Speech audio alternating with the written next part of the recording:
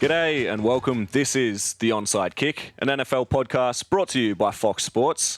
I'm your host, Chris Janssen. With me, as always, Ted Smith. Looking good. How are you, Ted? I'm good, mate. How you doing? Excellent. How are you, Hugo? Yeah, not bad. Can we just get some appreciation for Ted's jersey today? Brandon Weeden Yes. from the Browns. Yeah, how long have you First had that round one, pick. Ted? I managed to answer the age-old question: where did all the Brandon Weeden jerseys end up? And the answer is in a Manila department store for about 35 pesos, which is not many in the old Dolomites. And what's sparked you to wear that one today specifically?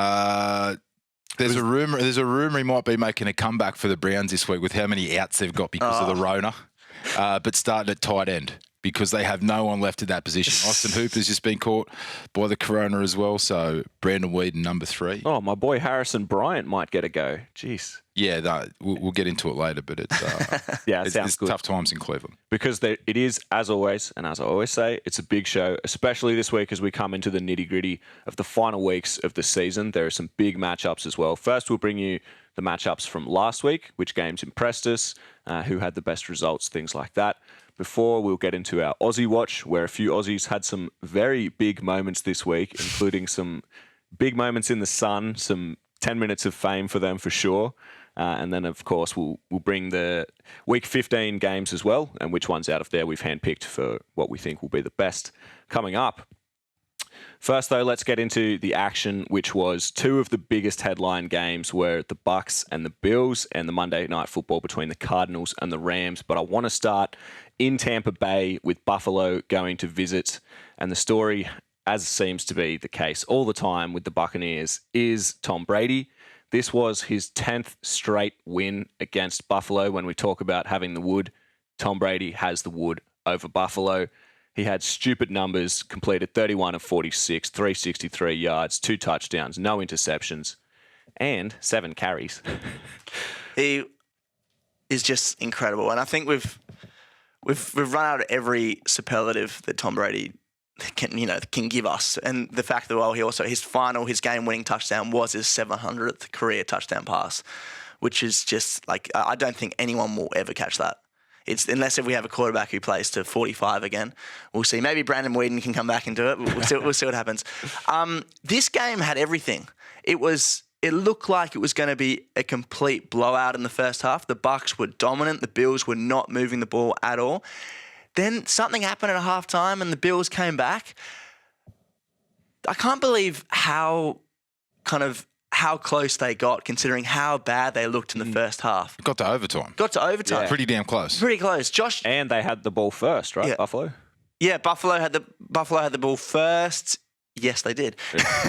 So Josh Allen as well, almost single-handedly doing it. They had that stat that the running back did not run for a single yard in the first half. One carry. One carry all up, and then so maybe it was a single yard. Might have went backwards. Single Terry for a single yard, I think. Yeah, it was. Anyway, Josh Allen was basically the running back for the team. He was the quarterback for the team. He was doing it all. And he really showed that the Bills, despite their little slump going on at the moment, they are showing something. I know you're disagreeing right now, but they're still right in that playoff hunt despite losing again.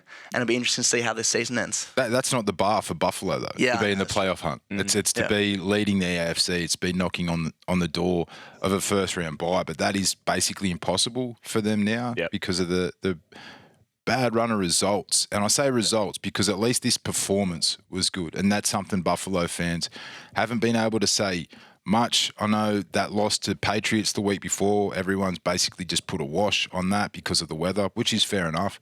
But this game, man, it's good that they put in. It's good that they came back from 21 points down on the road against the GOAT. Yeah. But imagine if they got the result. Yeah. Imagine if they won. It would have been huge for Buffalo. All the negative narratives that have been following this team, it just would have put the kibosh on them for a week, and they would have been facing a new trajectory into the playoffs. But because they lost, all we're left here is we're left with the same questions. And the big one is, are the Bills going to make the playoffs, dude? Because we said it last week. It is so tight in the AFC hunt as well. Colts are looking good, they've man. got to almost be perfect now going forward. While we're on the Bills, and I liked what you mentioned about the running backs, while Singletary is effective in a receiving role as well, Yeah. I want to point out Matt Breida Big Legs Breeder, who in the past week and this week, he's had 2 crucial involvements where both of them have just not been for him. Last week, his first and only touch in the snow was a fumble, and they benched him from that point. And then in this game, the first time they went to Breeder again was on the fake punt, and he got about -1 yard and slipped on the fake punt. And I just looked and was like, oh, Big Legs, they're not going to put you back in now, mate. That's what Bills are really missing, and it's going to be interesting next season because it'll be amazing if they make a big play for a running back, whether it's through the draft or through trades. Have been a few whispers about Saquon Barkley perhaps being a trade target, which would be huge. Yuck. Get him out of there. Yuck on all accounts. Get him out of the Giants. While we're on running back, so again, Lenny Fournette, 132 yards from scrimmage, from 23 touches. In that first half especially, it was alarm bells for the Bills. We were all reminded of what happened to them against the Colts. So they've still got some question marks, but at least we're not questioning their fight and their ceiling because we saw both of those things in the second half versus Tampa. Yeah. While we're on the topic of running backs, actually, I mentioned Tom Brady had 7 carries. That was for a total of 16 yards, which is one of his biggest rushing games. And what I want to talk about specifically with this is I'm not sure if you've seen it, but now this is 2 weeks in a row, and I only start to notice a pattern when it happens week after week. And I'm not saying there's anything yet, but it's just a little bit of repetition so far. When Brady comes in for these big slides, because we've only seen him run recently for the first time I've ever seen him play. And he'll come in with these big slides. And in football, in soccer football, if you came in with a slide like that, studs up to the other person's shin every time, it's crazy how much force. And both weeks he made contact direct with the defender's shin. And I get that he's protecting himself and he's allowed to do that, but he looks menacing when he does it. Like, it looks violent the way he is moving into it. And I'm not putting anything on Mr. Brady yet. I'm just saying I would like our audience to pay attention to that in the future. And if it happens again, maybe then it's something we can start bringing up. The context for that is he had a quarterback sneak a play before to get it on 3rd and 1 or 4th and run. There was a bit of a scuffle afterwards. And I think that was his way of taking it out. It is a... Look, I know what you're talking about, and I did see that, and it did kind of go straight to the shin. Yeah. Don't think there's anything there. It is part of the game until... He did come up in an environment of pushing the envelope in New England. Yeah. So. Just quickly as well, on Tom Brady running, it was very funny what Bruce Arians said afterwards, where he said he's done with Tom Brady running the ball, just get down. Yeah. Not going to repeat the expletive he said, but get down. So yeah, we're done with that shit. Yeah, done with that shit. Yeah, the quote as well. And then Tom Brady's now said as well, it's probably time for me to just get my ass on the ground rather than anything else. But he is.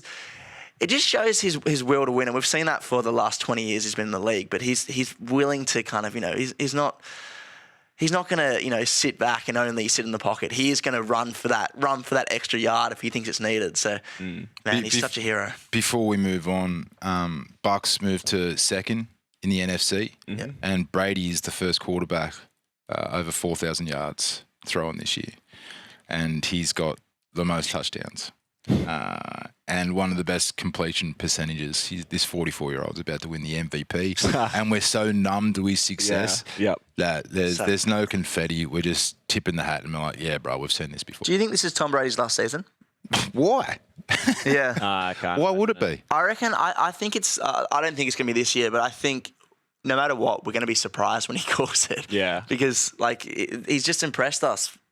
Well, the great quarterbacks usually. They're scrambling at the edge of the cliff when they come to an end. Think of Peyton Manning. He was lucky to get out with the Super Bowl. Yeah. You think of Peyton's brother, Eli, Drew Brees last year, Roethlisberger this year. Yeah. They usually look like they're ready to go. Tom Brady does not. Does not. He's unbelievable. 2 little things before we move on. Firstly, I want to give a quick shout out to Mike Evans because he came up in 2 crucial clutch moments and also for that touchdown, which was an amazing throw by Brady. Second thing, more general about the Bucs, why they're so scary to me is the fact that they were up by 2 touchdowns and it went to overtime. You're still thinking, all right, Tom Brady and the Bucs will probably still find a way despite giving up a lead. And in the same way, if the Bucs are down by 2 touchdowns, you're still thinking, all right, Brady's going to come back and win this game somehow. Yep. So it's almost like at this point, we're just sitting there waiting to find out how Brady is going to win these games. Is it all set up for a Bucs Packers NFC Championship again? Yep. I think so. Packers should be in the Super Bowl this year, just quietly. It's going to be hard to go through Green Bay. But we say that for years. Packers are on track. Packers are going to as a Rams fan, it was hard to get through Green Bay last year. Yeah.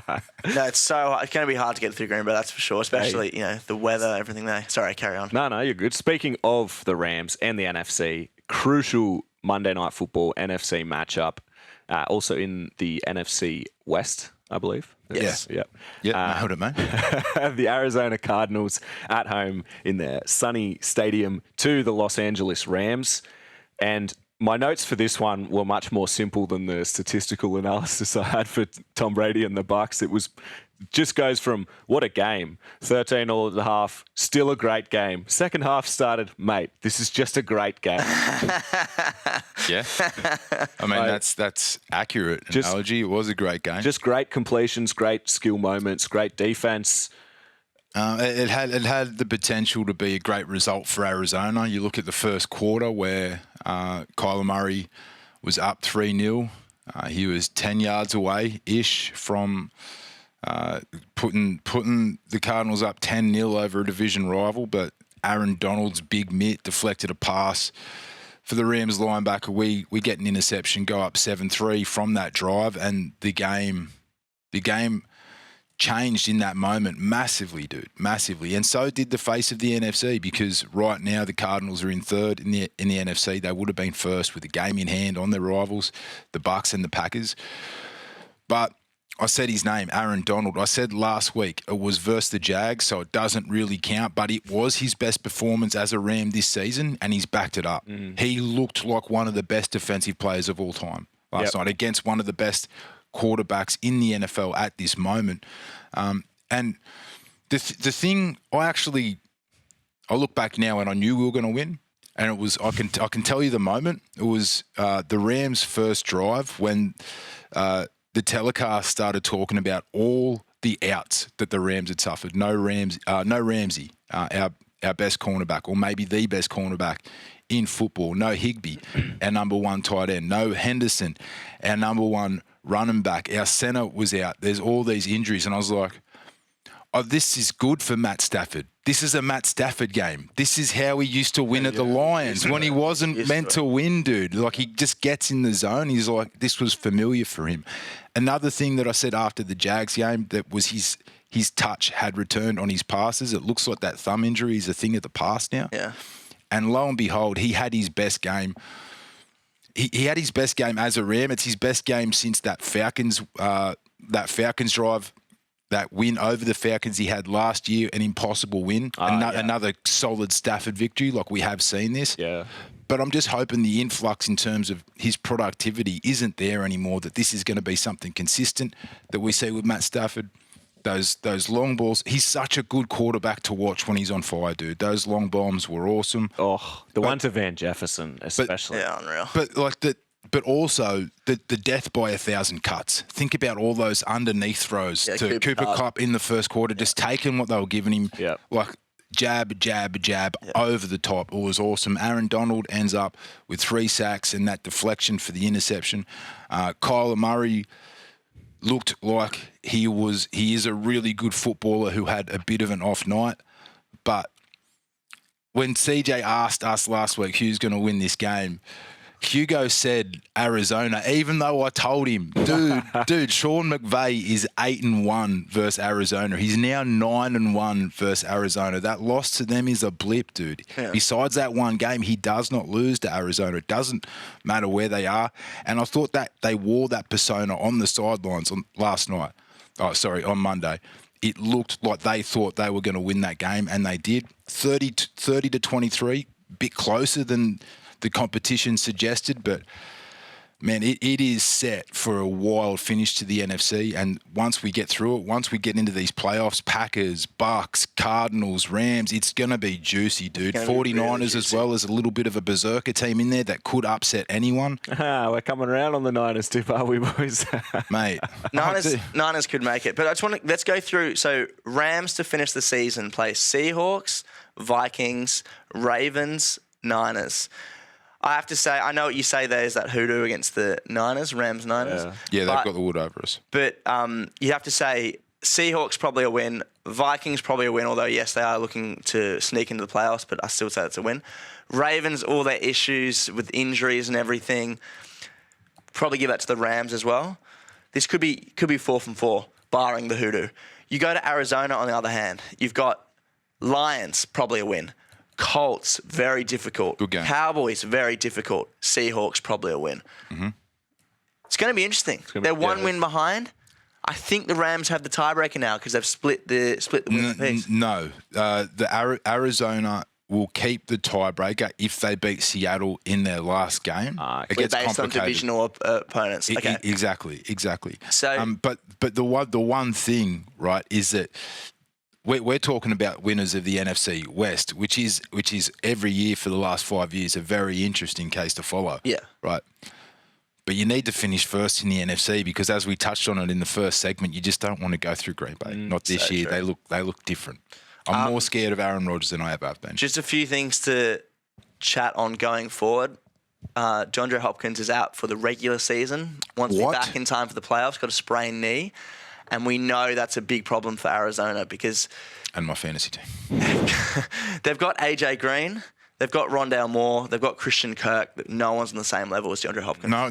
No, really. League is on the same. Exactly. Not in terms of red zone catches. He had a vital drop for Arizona, which was super rare on a 4th and 5 in the Rams, inside the Rams 20. Yeah. But outside of that, it's like, well, that's his one for his career that I can remember. Him dropping a big catch. Normally, he makes impossible catches in big situations. So that is going to hurt him. AJ Green ain't Hopkins. Yeah. Not by a long way. Ain't Hopkins. And Rondale Moore is exciting, but he's young, not that. Dude. He's not that receiver fresh. Just yet. OBJ looked amazing. Crossing routes. They've found that role for him. Unfortunately, though, has COVID now, so it's out. So does the rest of the NFL. A couple of things worth mentioning. I want to say the Cardinals at the end of that game melted into insignificance. Mm-hmm. It was crazy to watch after how impressive they looked to get it back. Kingsbury, bro. I don't trust him. Yeah, then they just all of a sudden looked so dodgy. There was an onside kick, which we obviously have to mention. A successful onside kick in this game. There was 4 over the weekend. Yeah, what a week. What a week for the podcast. That's wild. And the last thing I want to get into, to spark a little bit between my two gentlemen in front of me, is James Conner had 125 total yards, 2 touchdowns. As a runner, relatively ineffective. 13 carries, 31 yards. That's a 2.4 yard average. Not so good for a running back. But as a receiver, 9 catches for 94 yards. That's a 10-yard average, 10.4 yard average. I want to bring this up because you two went head-to-head about Joe Mixon and Austin Eckler, which is basically boiling down to a running back and a receiving back sort of role. Is this a new trend? Or, Ted, are you old-fashioned in the way that you like your running backs to be these power backs running up the middle? Is it a new thing we're seeing where they're so much more effective through the air? Why is this a concept that seems to be coming up so much? Can I jump in here? Yeah, go ahead. Who's got this for me? James Conner is one of the success stories of the season. He's never been known as that receiving back before this when he was at the Steelers. And he's obviously got an amazing story, which we can touch on later. But he was always that kind of ground and pound running back who would just smash through the defensive line, get that extra yard, extra 2 yards. Why he's been so successful this year and he actually leads the league in touchdowns is because in the red zone, he's been getting more touches than anyone else. Right. And amazingly, with Chase Edmonds out over the past 3 weeks, he's taken on this receiving role and has really almost grown another dimension to his game. He is been used so effectively by Cliff Kingsbury, and especially with a quarterback like Kyler Murray, who we know likes to move around in the pocket. He has been that real kind of extra weapon the Cardinals can use, that almost surprise factor that X factor they can use to get that extra win and an extra touchdown. And his touchdown rate this season is just phenomenal. Yeah, and I'd still prefer Mixon. Yeah, you definitely prefer Mixon. Mixon can do everything. And because it's football as well, dude. And if you've got a 10-point lead in the third quarter, do you want to hand it off, or do you want to risk throwing it for a potential pick, or do you want to give it to Conner to rush 2.1 yards? Or do you want to give it to Mixon, who not only might get an average of 4.9, he might bust it open, run 20, run 30. It's not. It's like I like a running back that can run. I like a running back who can help my team control the clock. Essentially, I think. Yeah, obviously, the more components a running back has, the better. If he can catch as well, Kamara, Kamara's the answer. But the simple thing which you sort of just touched on there is, I want my running back to be a running back, which sounds ridiculous, but in those instances where you need him to charge up the middle, burn clock, all those sort of things, I don't need to have a little receiving back in there. Devin Singletary, for example, we just talked about the Bills, perfect example. He's not charging up the middle, taking those big hits, and unfortunately Josh Allen is, which is going to become problematic the longer that sort of goes on. He can't do that forever, you're right. McCaffrey's the answer, healthy McCaffrey, basically. Is that it? Yeah, that's the middle ground, somewhere between the middle. But even McCaffrey, like his first 2 seasons, he had to bulk up. He was getting waxed in the middle, dude, until he became that 180 from being able to run in the middle to own in that middle. McCaffrey is the answer when he's fit. To answer your original question, though, like the game is, especially in the last 6 years or so, the game has changed. If you're a running back, you need to have some kind of receiving. Because we're passing more than ever. That's why I kind of balked when you're like, no one's ever going to pass Brady. It's just like, I'm pretty sure people were saying that about Ray Allen's threes 6 years ago. Funniest example for that, or best example, I think, for that is Derrick Henry, greatest rusher in the league still. I'm going to claim that until I die, I think, has absolute bricks for hands. The man can barely catch, which is funny that he's still so effective. He showed some kind of receiving capacity, but he's not. He'd prefer someone else there. Yeah, he's a fridge on wheels. So Why would he catch? He's going to be effective. Yeah. All right, we were talking about him, Joe Mixon. Perfect segue for the next game that I want to talk about. Another overtime thriller. We head to beautiful Ohio. I'm sure someone said that before at some point, to travel to Cincinnati, where the Bengals warmly welcomed the San Francisco 49ers. Went all the way down to overtime. I'm just going to have the quick little thing which I want to add to this, which was Jamar Chase and Joe Burrow linking up for those 2 touchdowns to bring it all the way back, regardless of what happened after that. That was just so special to watch. You can see the swag spiraling off the ball as it goes through the air, dude. That swag connection. And when he put on that swag, I thought the game was over. Yep. I thought, here comes Cincy, and there goes Jimmy G. But little did I know Jimmy G was going to put in his best performance since the 2019 NFC Championship game. When you think about the kind of pressure that was on his shoulders. Like, everyone's talking trash. He had a bad outing. Was it last week? It was a bad L last week. But he ends up going 27 for 41, almost 300 yards, 2 touchdowns. He didn't have the Jimmy G pick that we're all waiting for when Cincy were on the charge back. He held off a fast-finishing Cincy. When that momentum shifted, it felt like I said, that it was done for the 49ers. But, he had Deebo Samuel back. He only had 1 reception. Yeah. He was still effective on the ground-ish. Yeah. But the touchdown rushing TD, But he brought that versatility. He opened it up for Ayuk. Yeah. He opened it up for Kittle. And everything revolves around how effective Deebo's going to be and the questions that he puts on the opposition defense. But those questions were there, and San Francisco definitely looked better with him in the team. And when Jimmy G isn't throwing the game away, they remind you of the team that went on a march to the Super Bowl 2 years ago. Yeah. I first of all, completely correct. Jimmy G, the thing that spot checked it, mate. It's all good.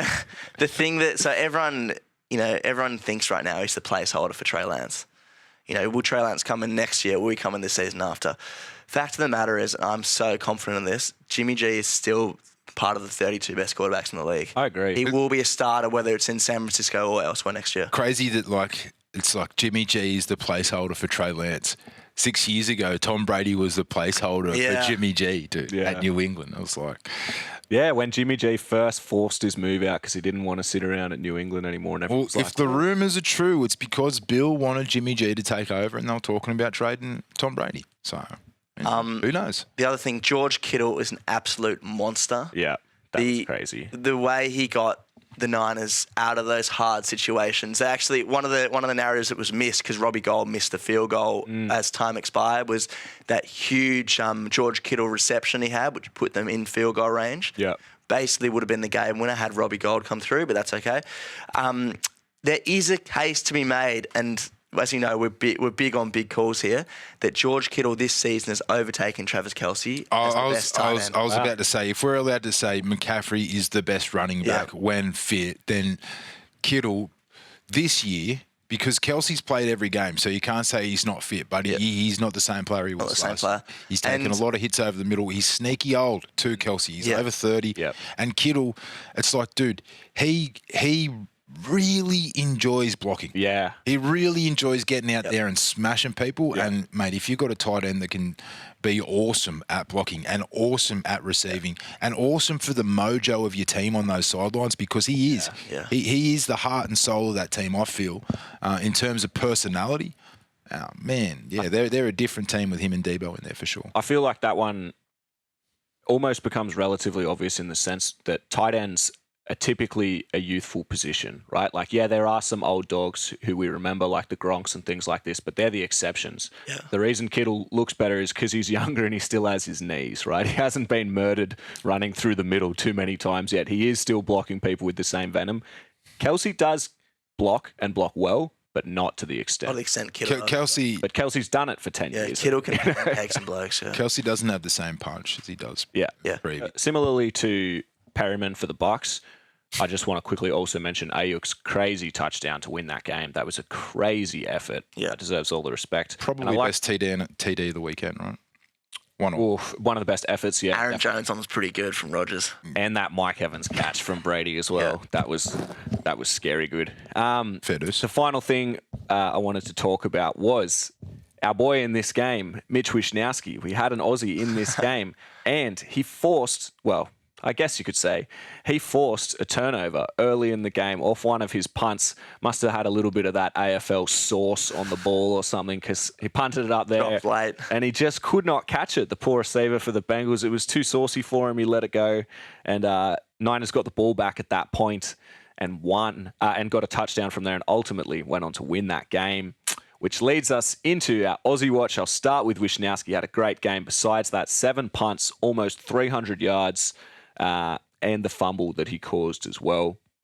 But there were a bunch of good Australians this week to talk about, a bunch of important things. Cam Janssen is the most significant one. You've probably seen by now on who he did lose to Seattle in the game, but he took the meme world by storm, at least for 2 hours, as he became known as the guy who looks like Bill Burr. Did you, gents, see a few of these memes popping up as well? Yeah, he looks exactly like Bill Burr. Exactly like Bill Burr. Fair comment. Yeah.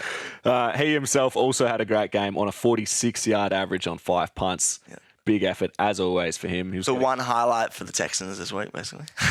yeah, a smiling Cam Janssen on the sideline, which we love. He actually had a punt off as well, as I said, against Seattle. So Michael Dixon was on the other side of the ball. Not his best game, poor Mikey. Only a 42-yard average on his 4 punts. So not his normal mesmerizing numbers. Unfortunately, boys, I also have to mention that Philly had a bye this week. So you two eggheads can't argue about Jalen Hurts, the Australian of the week. So. Splitting snaps with Gardner Minshew heading into this game. So it could be interesting. All right, look, no, please. Jordan Berry also played this week, guys. Remember him? Jordan Berry, who we talk about every week. He played for the Vikings, in case you forgot, and beat Pittsburgh on a 49-yard average on 3 punts. Juicy. There you go. That's what we're talking about, way above par. And, of course, Gotsis had his single tackle and assist of the game. Yep. And they obviously lost because he plays for the Jags. That takes me through the Australians, some neat little stats there from them this week. Now, boys, before we get into coming up this week in week 15, typically as the host, I get to ask you all the fun questions and get you arguing and bickering about little things. But I wanted to know at this point, 2/3 of the way through the season, if there's anything you would like to hear from me. How would you feel if Miami signed Deshaun Watson? Yes, straight into the controversy.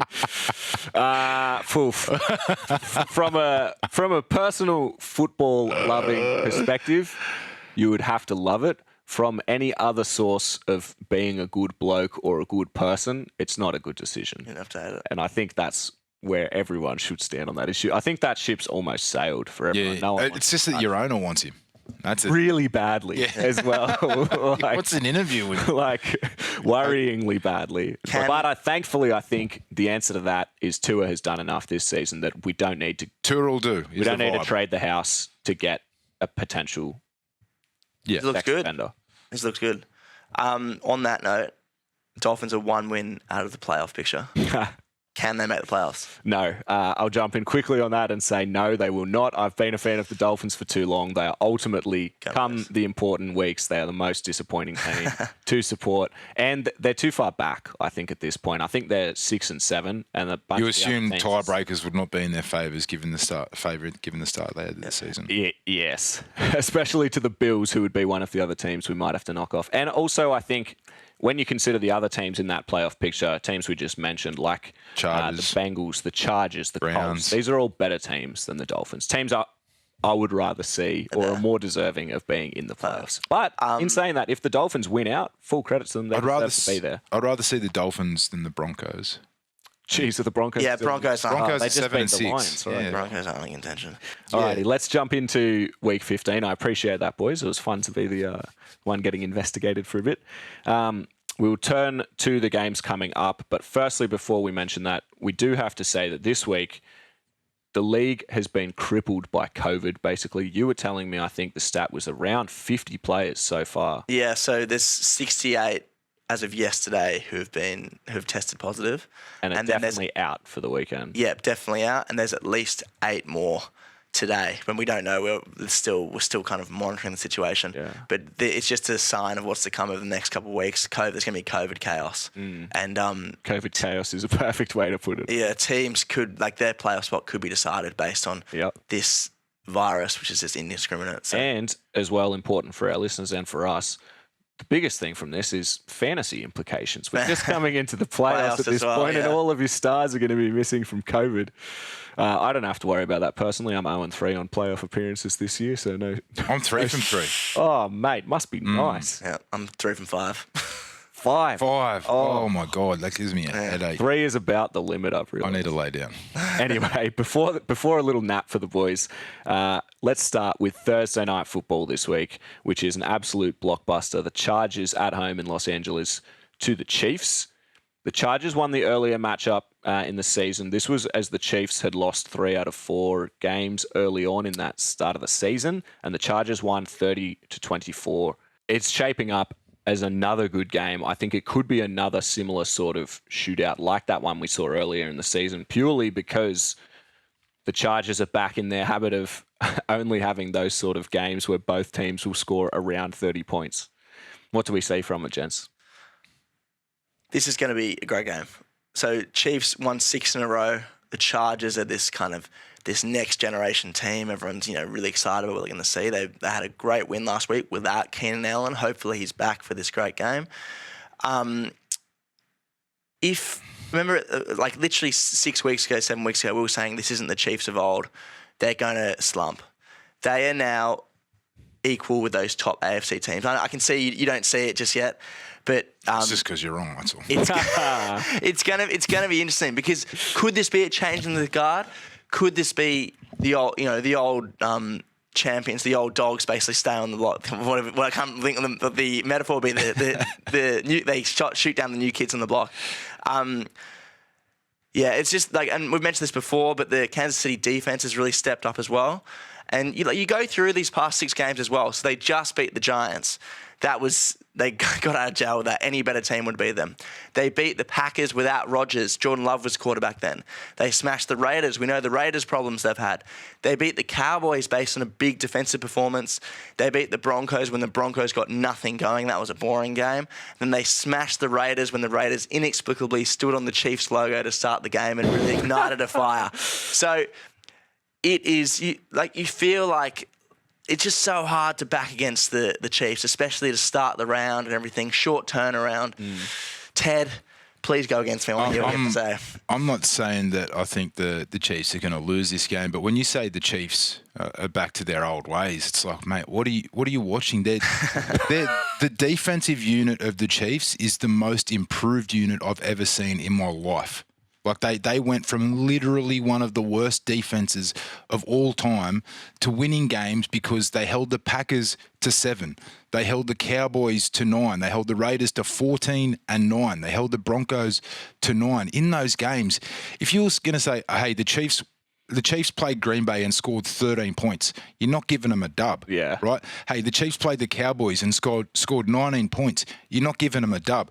Like, they've only scored 22 points, over 22 points twice in the last 7 weeks, and it was versus the one team, the Raiders, who are completely shot. We all know why. It's fair enough. But, man, it is crazy that the Chiefs are winning because of their defense, given the evidence we saw at the start of the year when they really, really, really sucked. And now it's like, it was like in the space of a week, it's like, oh, we actually need our defense to win games. And Spagnuolo, who, like, what he delivers, it can be quite an array of a spectrum. His bad can be bad, but his good can win you Super Bowls. He defensive coordinator at New York, there for the first time they won. He's gotten the Chiefs to 2 Super Bowls in a row, but this is the best he's ever done in terms of putting his stamp on a unit. I honestly can't believe how good the Chiefs are in defense, but in terms of offense, they're nowhere near they were when they were the best offense of all time, which is what they were over the last 2 seasons. At least we agree about the defensive part. Yeah. But what I'll say, though, is you play against the team you're playing against. But they don't score against the teams they're playing against. No, but look, they've just put on 48 points against the Raiders. Against the Raiders, but they put on 19 against the Cowboys. They put on 13 against the Packers. So they only scored 20 versus the Giants. I want to jump in and say, I think ultimately you guys are actually agreeing in the sense that you both think the Chiefs are going to win and they're the better team. You're both just saying it for different reasons. You're saying you think the offense is starting to look good, and you're saying the reason they're winning is because of the defense. And I think Which I said too. And I think honestly both. Why can't both be true, boys? Their offense looks great when they play the Raiders, but point to another example of when they've been good this season. My point simply was that if they're still winning games, they're still looking good. Yeah. The fact that they're winning from their defense is my energy is coming from the massive shock. In no way would you associate a superior defense with Kansas City wins. Absolutely. And yet here we are. Those first 5 games where we watched it and everyone was like, whoa, this Kansas team's not the same. Their defense was so awful. It's important to mention that. They were so bad. They looked like they were going to concede on every single possession. So, yeah, it's been an incredible turnaround. All right. While I do love watching you two bicker about these sort of things, there are other games to get through as well. And another one which I know you were very excited to talk about is the Colts at home in Indianapolis to the New England Patriots. Yeah, this is a throwback game for us when, Patriots used to play the Colts 10 years ago. Before that, you'd see Brady, Peyton Manning. What a time to be alive. Those snow games, those snow divisional playoff games. Yeah. Even we had Brady, Andrew Luck. It was still great. We obviously have the history there. We're back now with. I know. So we've got a rookie, Mac Jones. Did you just compare? Hang on, Carson Wentz and Mac Jones to Tom Brady and Peyton Manning? I'm not going to say Carson Wentz. I'm going to say we're focusing on Jonathan Taylor. Okay. Jonathan Taylor is just this incredible MVP candidate. I know you said earlier Tom Brady is. For me, I'm still on the Jonathan Taylor train. Would love to see him get it. I think he's had just an incredible season this year. They are the 2 most talked about teams in the AFC right now. We've got the number 1 seed, and we've got that team top of the wild card race, basically, and really knocking on the door to chase down the Tennessee Titans, who haven't been amazing since Derrick Henry's been out injured. It's going to be interesting to see. Their record's amazing. Yeah, surprisingly amazing. Record's good, but do you look at the Titans now without Derrick Henry and you think, are they going to do much? Mate, they're kind of like a superior version of the 49ers. I'm just not surprised when they rock up and beat people. Doesn't matter who the competition is. Anyway, Derrick Henry is still the second best running back in the league by stats. He could be back for the playoffs too, which will be interesting. Anyway, but he needs to be there if they're going to make a serious push. Absolutely. So, yeah. So one interesting thing for me with this game, Patriots-Colts, if the Patriots win, they will be that. They'll lock in that AFC East. They will have a home playoff game. It's going to be interesting to see what everyone says about the Patriots after that, because everyone's so on this train. If they lose, and we hear a lot about this with Bill Belichick, this could almost be the motivator to go further in the playoffs. You hear him always kind of picking up, anything from the season to keep them going. This could be one of those times where you say everyone's on your train. You just lost to the Colts, who are a team you could come up against in the playoffs. And we've heard about that heaps throughout the Belichick era. Back in 2003. The Patriots lost to the Colts and got smashed by them. And then when it came to playoffs, they used that loss as motivation in front of their home fans at Foxborough to smash the Colts when it mattered. So it sounds like you're saying this one's going to be a Colts win, and then you think they'll match up in the playoffs and the Patriots win. Yeah, I think so. I like that. I think so. Bold call. But what I'm saying basically is whatever happens, it's going to be interesting to see the Patriots go from this. The Colts need the win more than the Patriots do, which I think means a lot right now. All right, Hugo's taking the Colts. Who are you taking, Ted? When in doubt, go Bill. Who do you think's thrown more interceptions out of Carson Wentz and Mac Jones this year? Carson Wentz. I would, have guessed. That's what you guessed, right? Yeah. 22 touchdowns, 5 interceptions. Wow. The dude's got a bad rap for some reason. Yeah. Mac Jones, 16 touchdowns, 8 interceptions. It's because Wentz's interceptions, they look ugly, bro. Like little flick to the... the 5 are all way more memorable than the 8 of Mac. Or he'll just be back there in a mad panic looking for a scramble. Jonathan Taylor isn't a wrong answer for MVP. He's rushed for more yards than most running backs have for yards from scrimmage, receiving and rushing. He's almost at 1,400 yards, which is an awesome effort. People rated him coming in this year, but they're going to rate him higher coming out of this year because there's been times where he has legit looked like LT, LaDainian Tomlinson. Yeah. I kind of like how these teams mirror each other, and the same as the coaches, both old school hardline coaches. They want to run the ball. They want their defenses to be respected. The only difference is, even though we just saw the numbers, Bill trusts his quarterback, and I don't know if Frank Reich should or how long, if he can trust Wentz for 4 quarters, and I think that might be the difference down the stretch, because when Wentz does make a blunder, it's usually in a big spot. Yeah, Frank Reich does trust Wentz. Worked with him for that long. But does he trust him too much is what I'm saying. Oh, I see. So, yeah, okay. Yeah, he does, probably. The other game that I wanted to mention as well, gents, was a later slate, slightly later. It's 8:05 in the morning on Monday for us.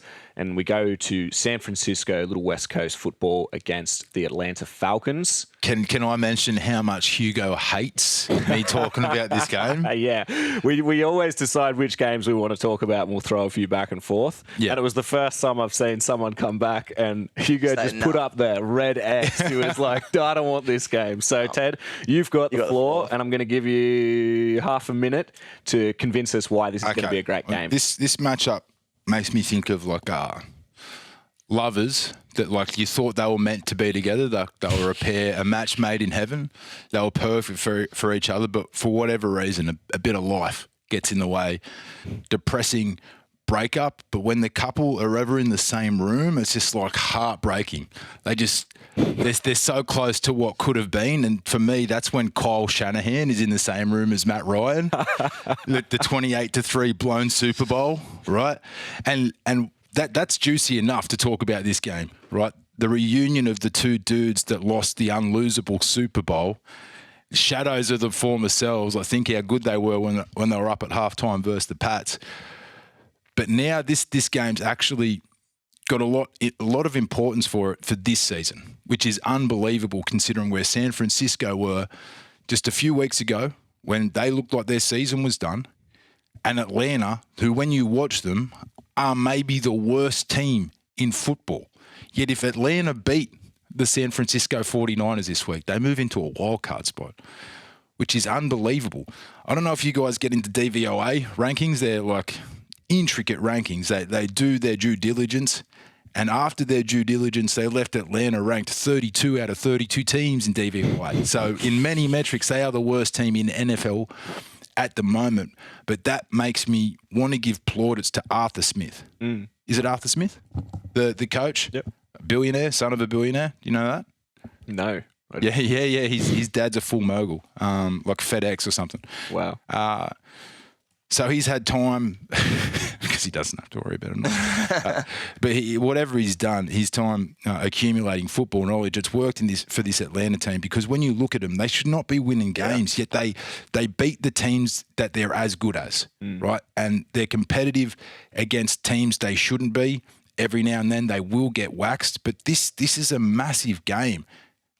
In terms of who makes the playoffs, it kind of sucks, because no one wants Atlanta to be in the playoffs. No one. But that's why I want to watch this game. I want to watch Shanahan and Matt Ryan be on the same screen once again. And I want to watch San Francisco put a sword through the Atlanta Falcons. So I get it, Hugo. We don't want to talk about the Falcons, but if the 49ers win this week, we won't have to talk about them for the rest of the season. But if the Falcons win this week, Hugo, buckle up, buddy, because they're going to be right in the playoff picture for the rest of the season. Yeah. So again, you look at what Atlanta have to work with, which is not much, and then you look at their record, and it seems impossible. You look at those stats I showed you. That more than any other team in the NFL this season, they're punching well above their weight. And if they can do it one more week against San Francisco, it gives their season a completely different complexion. Yeah, and so they get knocked out in the first week of the playoffs. And so might San Francisco, but we're still got to watch it. No, personally, I still have to ride with my 49ers tip. This is a great game for them. They're starting to come strong. They did have a little blip 2 weeks ago, but San Francisco are looking good. If they keep all those players healthy, their defense is strong enough to cause the good teams problems as well. The only other game worth mentioning, there's a few games, but the only other game for the point of this worth mentioning is the Dolphins at home to the Jets, which means I get to say that, Hugo, my mighty Dolphins are going to trounce your lowly Jets. I'm not even going to disagree with you. And I can't wait to next week where we're both going to be wearing Miami Dolphins jerseys on this pod, and you're going to have to happily do it, mate. Otherwise, I'll be wearing Zach Wilson and crying into my non-alcoholic beer because we're at work. You know? Thank you, gents. As always, pod has been fantastic. Ted, input good. Hugo, lovely. Love to see you two arguing at each other and throwing the back and forth. It's great. Cheers. Have a good day, and thanks for listening, everyone. No worries, thank you.